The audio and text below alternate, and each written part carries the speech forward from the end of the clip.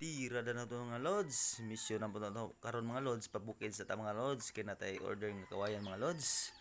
Ug katong porma ka ni mura ka tag trapo atong sinina ng mga lods, pero sige ra kay pabukid man lang mga lods. Di man pwedeng porma atong porma nga to.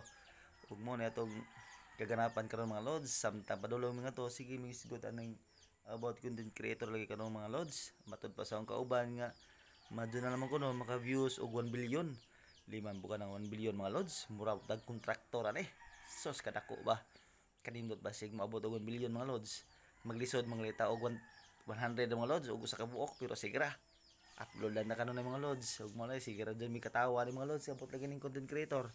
Bisang layo ang among kuha kaway mga lods, pawala gis kala ay at least sigra istorya about ning pakatawanan mga lods.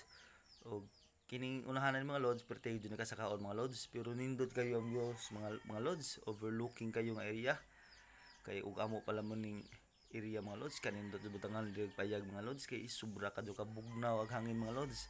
Nindot kayo makita nimo ang dagat og barangay da sa among area mga lods.